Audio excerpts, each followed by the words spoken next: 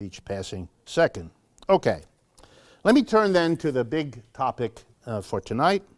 And we may not have enough time for tonight, but heaven knows it's a big enough topic.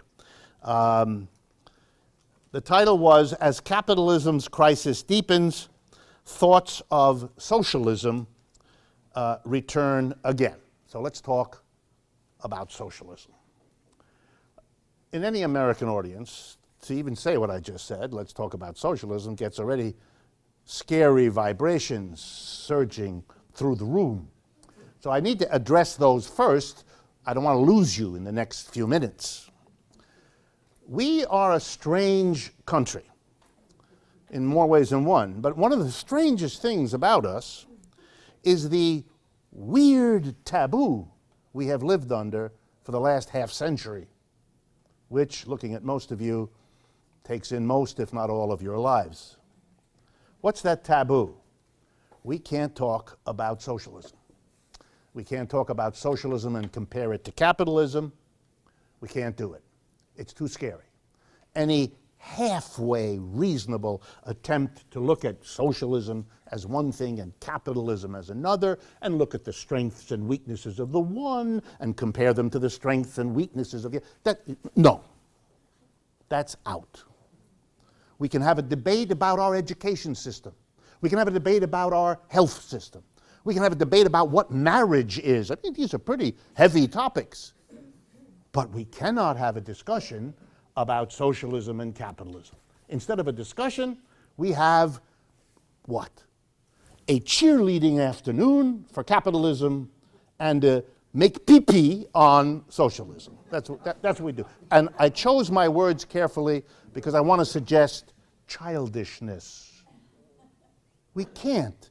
The legacy of the Cold War, even though the Soviet Union isn't there anymore, still with us.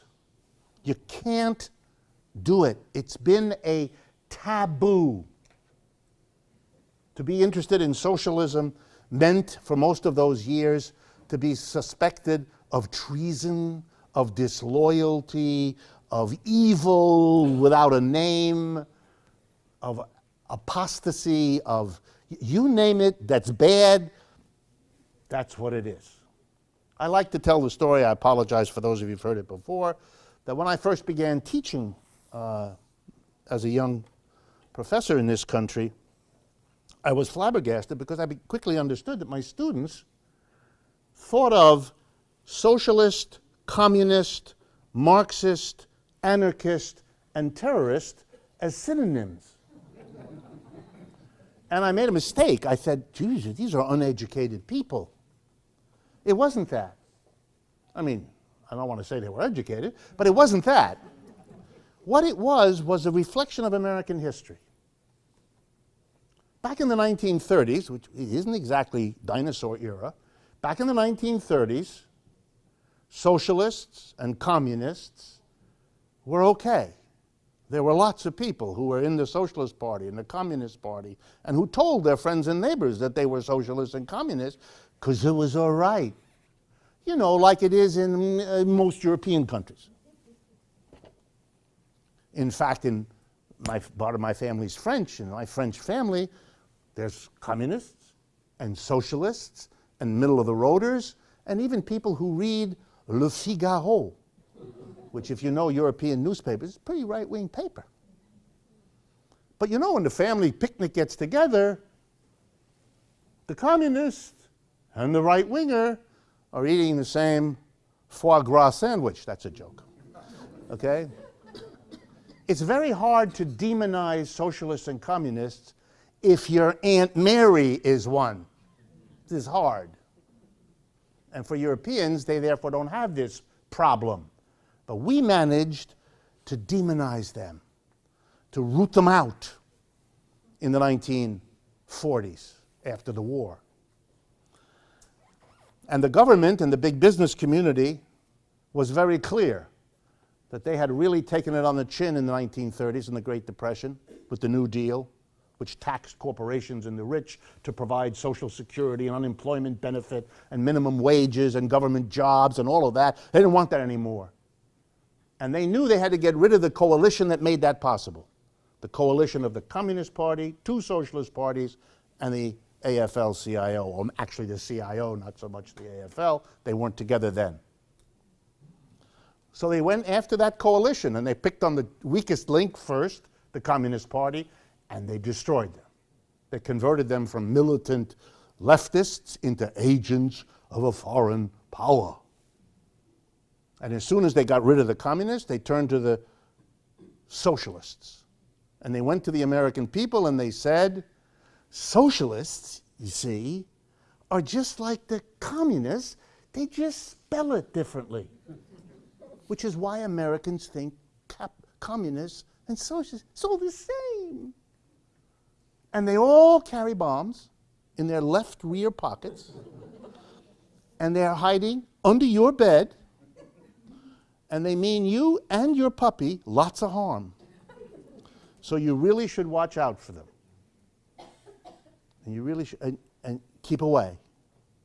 And so Americans have been good and docile, cut off any that's all badness. So it's very hard to talk about socialism, and it has been for a long time. On the other hand, capitalism, how do I say this politely, hasn't been doing too well for the last 6-7 years. And it has no prospect of getting much better. I don't know if you saw the latest numbers of the economic growth of the United States in the last quarter. Well, I shouldn't call it growth because there wasn't any. And the numbers that came out today about Great Britain and Germany indicate they're not going anywhere either. So there's who's recovering? Nobody. Capitalism isn't doing so well, and then what happens? People begin to say to themselves, even Americans, what else is there? Is there anything else? What could it be? And then dimly, there's a remembrance, oh yeah, there's this other thing, socialism. Scary, but there it is. But Americans are opening up, and they have been for 5 years. Otherwise, there's no way on earth that a man who has withheld nothing about his own self-definition as a socialist, Bernie Sanders, could run for president. That's an amazing thing. In its peculiar way, that's a little bit like, I mean, I know there's many differences, having a black, an African-American, run for president. We were blown away 8 years when that amazing thing happened. And to have a man who doesn't deny that socialist pretty much covers his own sense of who he is now running for office. I should say not everyone agrees that he's a socialist, and not everyone even agrees that he's Bernie Sanders. I assume you all heard the story. I can't resist. That Sarah Palin was corrected between our last meeting and this one for making a speech that indicated that her handlers, the people who advise her, I guess we shouldn't refer to them as handlers. Anyway, the people who advise her hadn't been careful. So she referred to the new entrant into the Democratic Party as Bernice Anders. So I want you to understand, it's not Bernice Anders, it's Bernie Sanders. That may make a difference to some, but it's, who knows. Okay, the word socialism, first off, the word socialism has meant many, many different things. And that has been true for hundreds of years. But let's deal with it today. Bernie Sanders calls himself, and is called by many others, a socialist. Barack Obama is called by many people a socialist. No, I mean that. He's called a socialist. You all know that. It happens now. And it's been happening ever since he became an important figure in American politics. Hugo Chavez, the former head of Venezuela, referred to himself as a socialist. The current French government, the president, François Hollande, the majority in the Senate, and the majority in the National Assembly, all three branches of government are controlled by a majority of Socialist Party members who refer to themselves as socialists.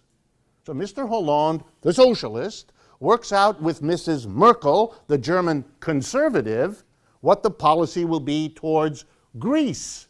Speaking of which, the government that imposed austerity and was thrown out by the Greek people was the Greek Socialist Party, which was replaced by Syriza, which defeated the socialists and is called by the New York Times a leftist party. Well, what was the Socialist Party? Right? Well, socialists are very important in many European governments.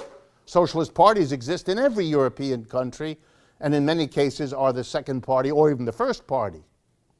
The Soviet Union is the union of Soviet socialist republics. Hint!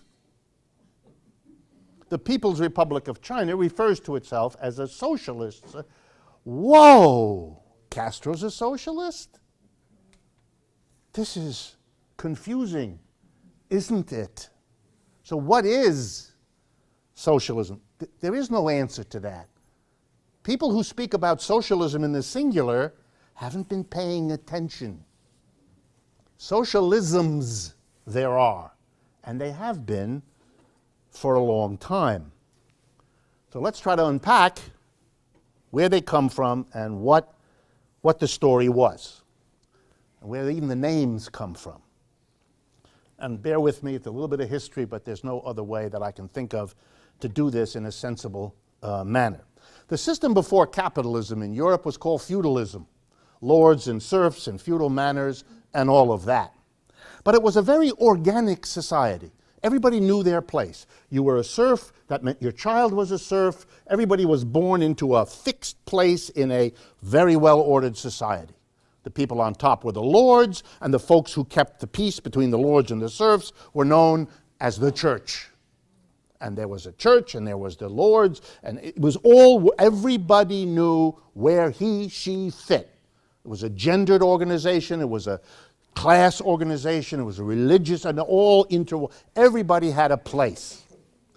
And when that system broke down, we don't have the time right now to deal with it, and an alternative system began to develop and eventually made a violent revolution to destroy feudalism and open the space for itself, that new system, which we now call capitalism, revolted against the old feudalism in two important ways. One, we don't want lords and serfs, none of that. None of those old rules. They trapped people in fixed identities. You couldn't break out. It was very unfair, etc., etc., etc. We are going to break, and we're going to break in the following way. Everybody isn't going to have a place in society. Everybody's going to start at the same point. Everybody's going to be free. Everybody's going to have liberty to develop himself, herself in whatever. We're going to focus not on the whole, but on the individual. It's the celebration of individualism as the breakout of capitalism, the end of feudalism, the freedom of the individual to do whatever he or she wanted, as long as it doesn't hurt anybody else. Remember? You learned that when you were 7. You should have outgrown it when you were 8, but in any case, you learned it when you were 7, and I don't want to upset you about it. And the revolutions made promises. All revolutions do that.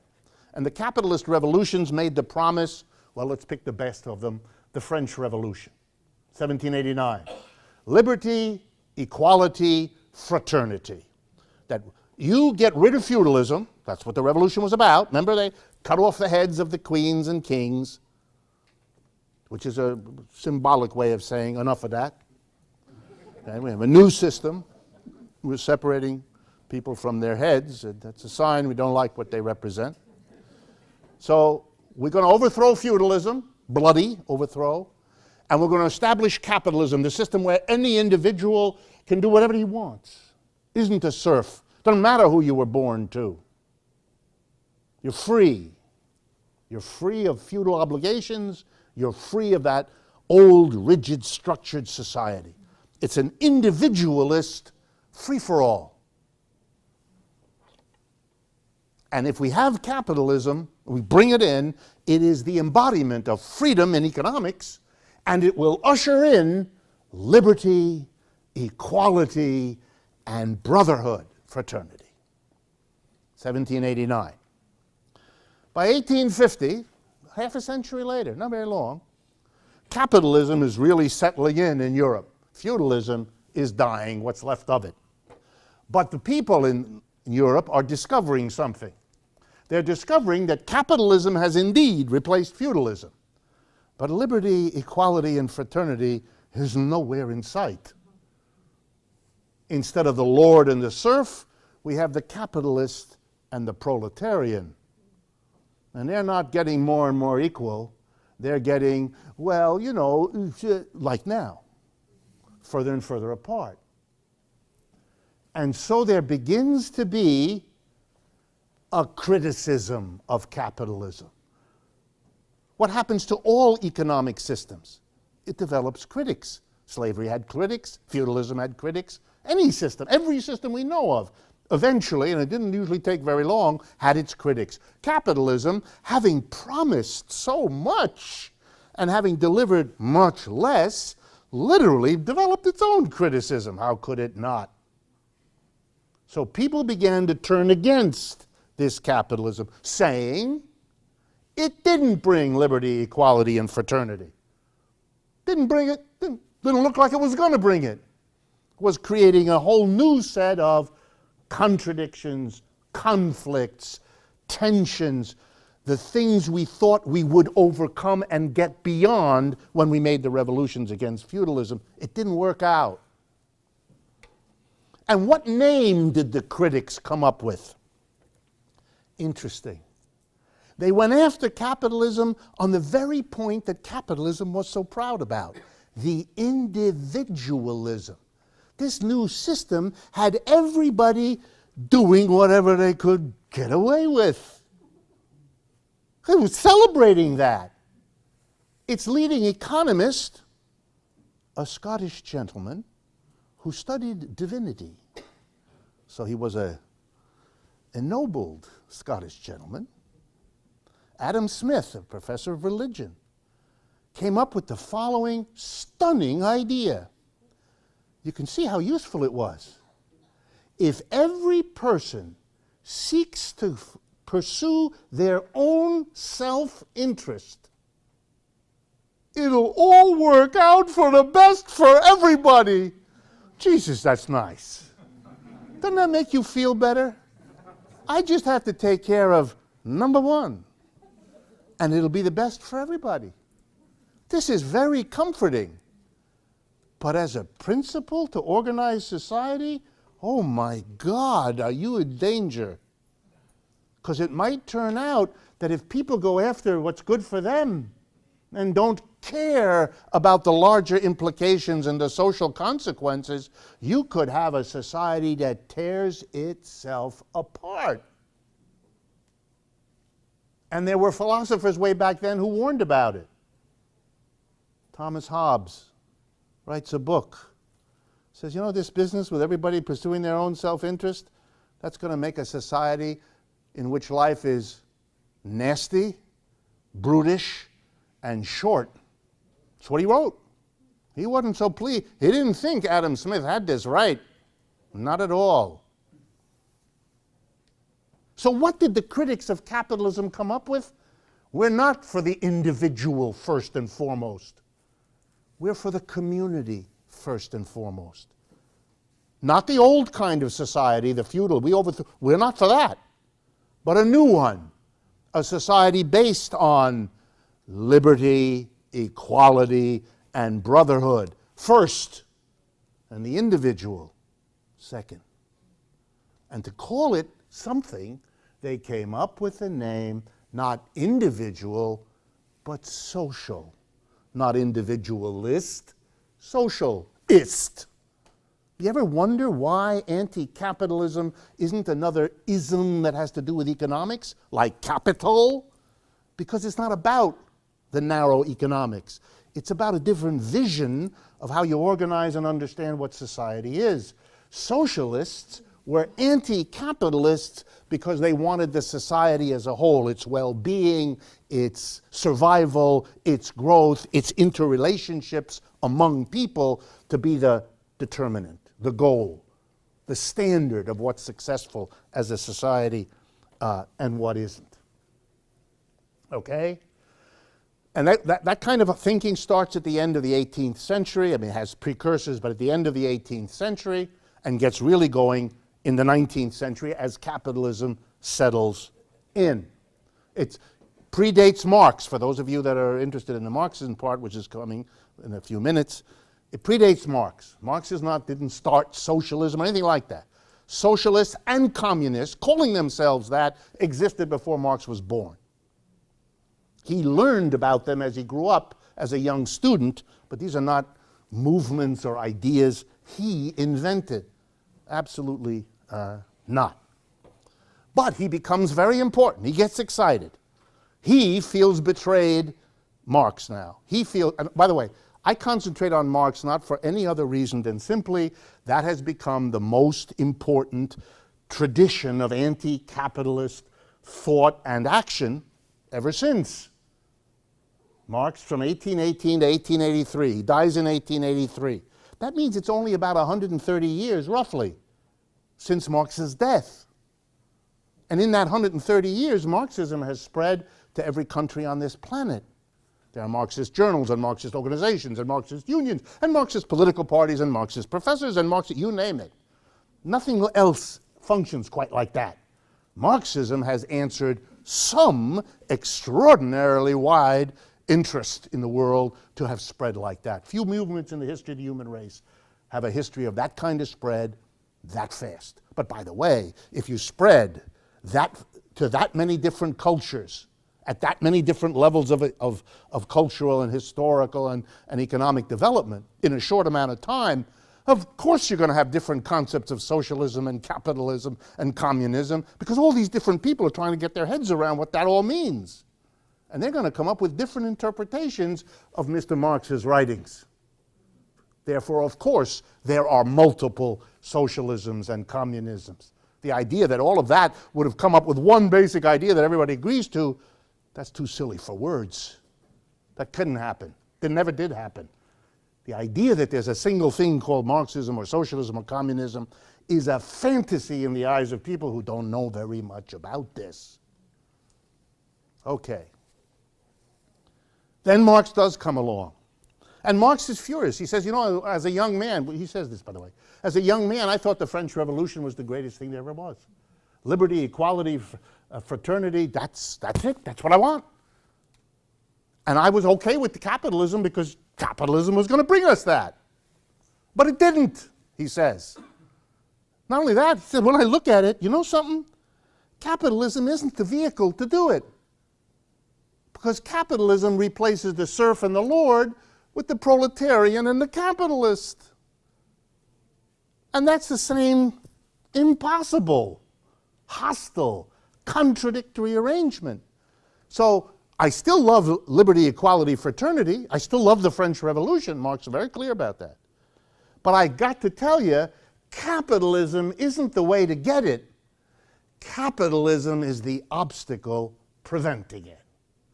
And therefore, we've got to get beyond capitalism if we're going to get liberty, equality, and fraternity. Isn't that a complex argument? And how are we going to do that? Marx writes and thinks with his friend, Freddie Engels. And they come up with an idea. Again, they were not the only ones, but they become so famous that we refer to them a lot. A little bit later, I'll tell you about the difference between the Marxism and the other kinds. But for the moment, Marx and Engels come up with an idea, others do too. How are we going to change capitalism? Go beyond it. What is that going to mean? And they don't do very much with it because they don't know how to guess about the future, and they don't believe in it. We're not prognosticators. We don't know what the future is going to bring. Don't ask us. Nobody does. That's what the word future means. We don't know. But here's what we have. We think that you'd be closer to liberty, equality, and fraternity if the people who made the decisions in every workplace were all the workers who work there.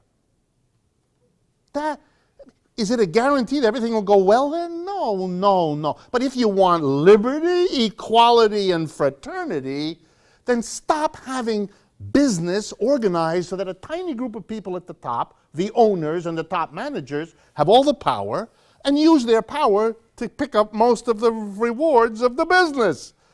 That isn't all that surprising, is it? So if you want to go in the direction of more equitable distribution of the fruits of our labor, if you want people to have the time, the leisure, the interest, the knowledge to be in a society of liberty, equality, equality, and brotherhood, then we kind of got to be all pretty much on a par. That's about as far as they went. And that means we can't leave the industry in the hands of the few who have it, who own it. And we can't leave it in the hands of the few who manage it. We can't. But they're not going to go quietly. They like being on top. They like being rich. They like making the decisions, and they don't like us, not one bit. So this is going to be messy. And so most of the 19th century, these people split on the following question. How are we going to make the transition from capitalism to a egalitarian, libertarian, brotherhood-based system in which everybody is roughly equal? One side said, we're going to do that the same way capitalism came in the world. Capitalism came in, Marxist quote, dripping blood from every pore. Whether it's the civil wars in England in the 17th century, or the French Revolution in the 18th, or the American violent revolution was how capitalism was brought into this world. So socialism was going to have to do that too. The revolutionary transformation. The other group said, ooh, take it easy. The people in charge are not going to like to hear any of this. And they're strong, and we're not. And they have the army, and we don't. And they'll use it. We know that. So here's a better plan. We're going to form political parties and campaign for votes. We're going to what? We're going to become parliamentarians. We're going to run for office. But whether you're a revolutionary or, by the way, what they would call the other ones, the evolutionary socialists. Very important. Biggest debate was in Germany, where these positions were worked out by the great thinkers of that time. Evolutionary Socialism, the title of a book by a man named Edward Bernstein, who was the great theorist of this way of going. And he incurred the enormous hostility of Rosa Luxemburg and Karl Kautsky and others, the great thinkers of that time, who were in favor of the revolutionary path. But whether you were evolutionary or revolutionary, and here comes an important thing, both of them thought that the way you make the transition is you capture the state. Either by revolution, you overwhelm, you take over the palace, you take over the presidential building, you seize the White House. Or the evolutionary one, you win the election and you become the government. But the idea was you seize the state, and here we go now, and then you use the power of the state that you've captured, either by revolution or evolution, to make the transition. Please be aware, in that way of thinking, the state is the means to get to socialism. capturing the state is not socialism itself. That would be a grotesque misunderstanding. You capture the state in order to then rearrange the society. Okay, so what happens? Towards the end of the 19th century, into the 20th century, that's what Marxists do. Country after country, they become more and more powerful, and they try to seize the state. The most powerful in Germany, where Edward Bernstein's evolutionary strategy wins, in a sense. The German Socialist Party, Sozialistische Partei Deutschland, SPD, says we are going to become the majority party, take the state and make the revolution then. And they become very, very powerful. In the last years of the 19th century and the years before World War I. In Russia, a different party has a different method.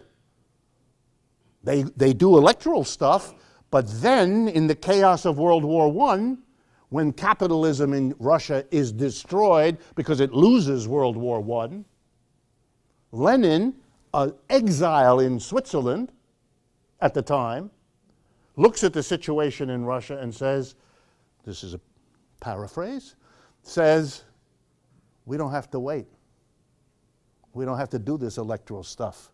They are so weak right now, we can take it. A tiny political party, the Bolsheviks, tiny.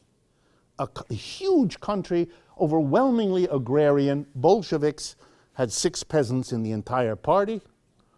They were intellectuals, they were urban people, and so forth, by and large, industrial workers, not peasants, and Russia was a peasant country. But we can do it.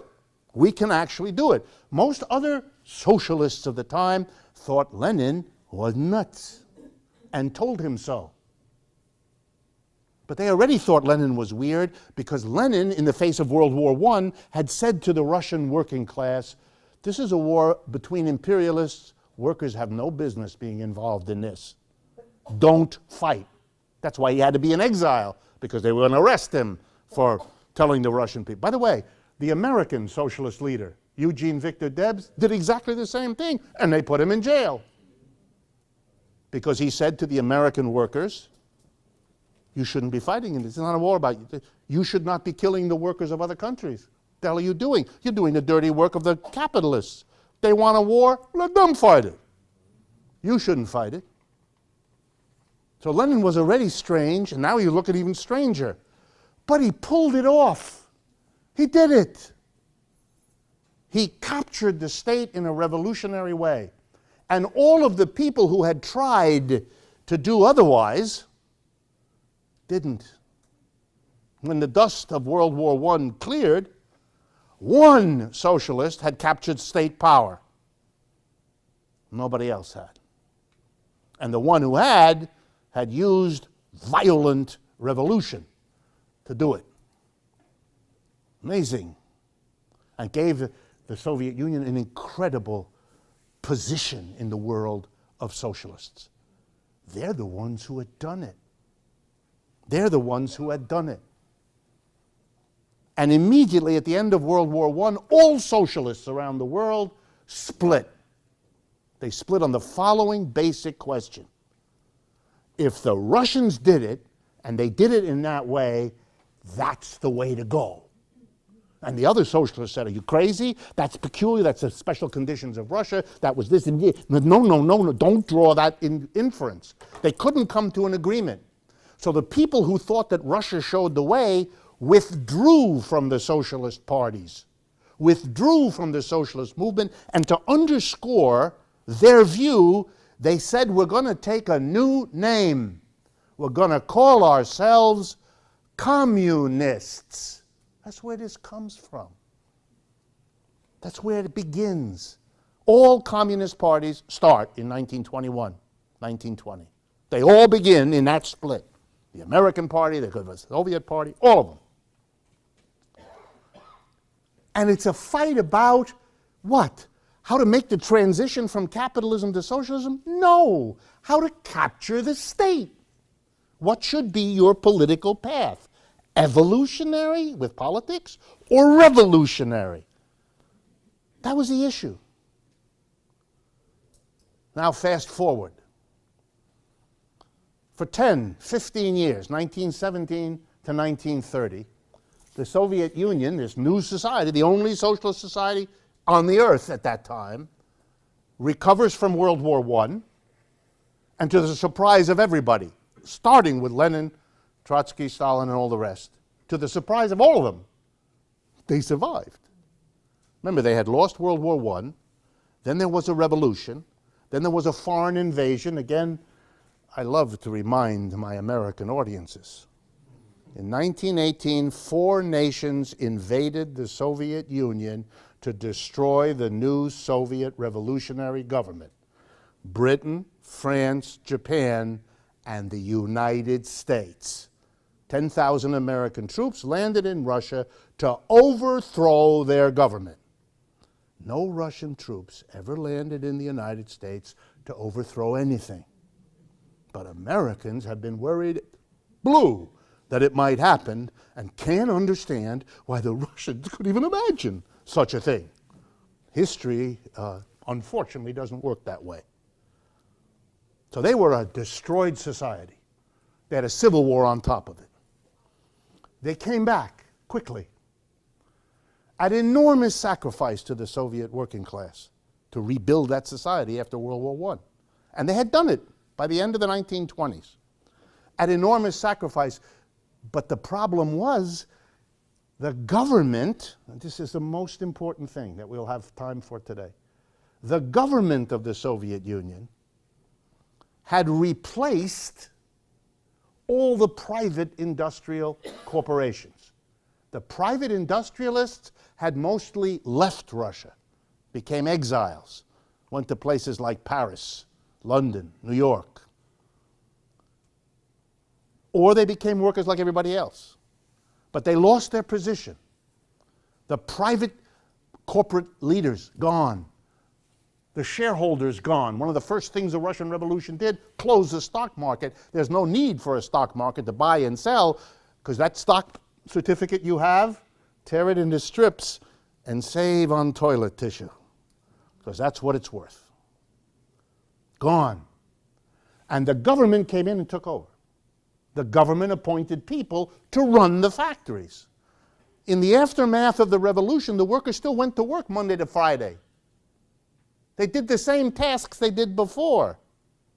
But instead of doing it for a board of directors selected by the big shareholders, private capitalism, they did it for the government. What the government had done is seize the economy.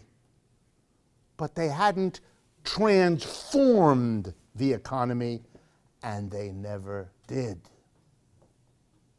Stalin declares in 1930-31, "This is socialism."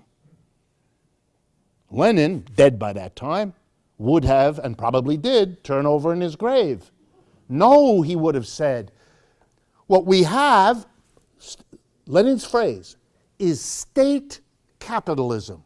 The state has become the capitalist. And that's important, and that's good that we did that. That's what the revolution accomplished, and that was great. But now the task was to transform, and you, Stalin, you didn't transform, you just declared that, here we go now, when the state is in charge, we got socialism. Wow. From being the means to the transition, seizing the state became the transition.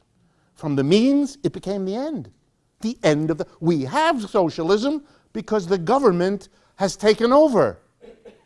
Even though the relationships between the government running the industry and the mass of people is not that different from the relationship of the private individuals who used to occupy those positions in relationship to the mass of the working people. But for the next, For the next century, till here we are. We have a mass of people, most Americans, who think that socialism has something to do with the government being in charge. No, that's not the idea. The idea was to get the government, because with that power, you could then make the transition. It wouldn't be the transition, it would be the step that would allow you to make the transition. And what would the transition be? Let's go back. To reorganize enterprises, factories, offices, stores, so that they would work in the interest of the whole community, because the whole community would be making the decisions. Not a small subset, the owners of the shares, the boards of directors, tiny minorities. No. That's over. The question was, did the state transform the economy? And the answer is no, they didn't. Not because they're bad and not because they're stupid or nothing like that. This is the way the history worked out. It's an understandable thing. Poor Stalin. Well, he had to go to the Russian people who had sacrificed unspeakable in their lives. And what was he going to say to them? Thank you very much. You've sacrificed unbelievably now for the last 15 years. It's 1930, since the revolution. I'm glad to announce to you all what we have achieved is state capitalism. We got a whole nother sacrifice for God knows how many years to get to. They would have ridden him out of the town on a rail. He couldn't. So he did what politicians do. He substituted the wish for the reality. We've made it. We're here. Socialism is when the government does stuff. And it's more socialism the more stuff it does. And if it does a real lot of stuff, it's communism. Everything becomes how much to go. So the French think it's socialist if the government regulates a lot and owns a few things like, I don't know, Air France, or the government makes Gitan cigarettes, which it does. But if the government takes over everything, that's not socialism, that's communism. The measure becomes how much the government does. This is a joke on Marx. Marx never wrote an article about the state. He wasn't interested in the state. He was interested in the transformation to a new system. And one final thing, that's all we have time for today, and we'll do some more in June. One more thing. Every economic system has had both private and state forms of that system. I'll give you an example. Enslaved societies, all through the history of the world, it wasn't always that only private individuals had slavery. Sometimes states owned slaves. Though you'd have to speak of private slave economic system and state slavery. The Roman state owned slaves. Give you another example, feudalism. Many of the lords, say, of French feudalism were private individuals. But the French king, the state, also had serfs. So you had private feudalism and state feudalism. The reason we both call them feudalism is because they were the same system. It's just the difference between a private individual and a state official. Capitalism's like that too. You can either be a private capitalist, an individual who owns and operates a business as an individual with no relationship to the state, then you're a private capitalist. Or the government can do that. The government can hire workers, buy raw materials and tools and equipment, manufacture something and sell it in the market. You know, like, I don't know, Amtrak,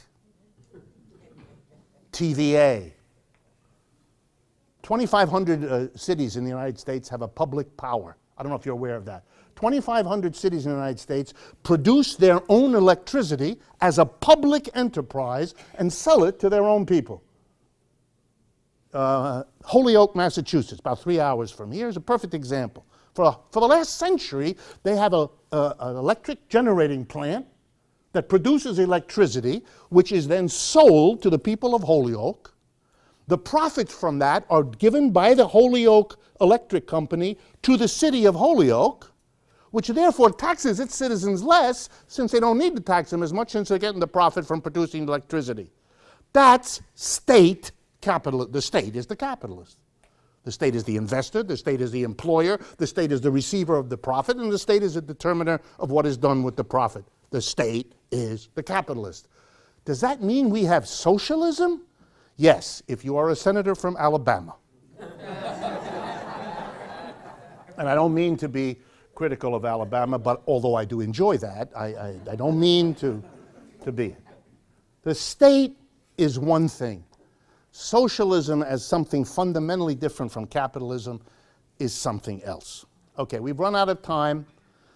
I promise you we will continue part of the major discussion on in June when we meet, the second Wednesday of June, will be a particular focus on what it would mean for a transition from capitalism to socialism once you unhook the notion of socialism from this focus on the state. And that'll help us conclude by showing you how many of the concepts of socialism are locked into this fetishization of the state, this focus on the state, which misunderstands the history, versus how many of the definitions of socialism really have to do with the transformation of an economic system, which is what Marx and his contribution was much more focused on. I think this is very important because my guess is that Bernie Sanders, as a socialist running for president, is the first of a much larger rediscovery by the United States of all of that taboo. You know, we can now talk about sexuality in a way that until recently was unthinkable in this culture. That suggests to me that something similar is possible and indeed, I think, coming in terms of these political and economic issues that we have to grow up as a nation to finally outdo the kind of childish fear and taboo that govern this. Personal illustration. As I have told many of you, I went to the best universities this country has. And I studied there and I went through their courses. And I majored in economics, history, stuff like that. Harvard, Yale, and Stanford, the only schools I ever went to, okay? I was never required to read Karl Marx on anything. That's childish. That's pee-pee on you. It's beneath any concept of reasonable, rational education. And this was at a time when more and more of the world was getting intrigued by Marxism. And as the world became more Marxist, Russia, China, Vietnam, Cuba, you name it, the blinders of American higher education became narrower and narrower, so that we now have a generation of people, most of whom, when they raise their hands when I give speeches and ask about socialism, what their questions amount to is not this or that detail. The basic question they ask me is, what is it? And at first, I was so distraught.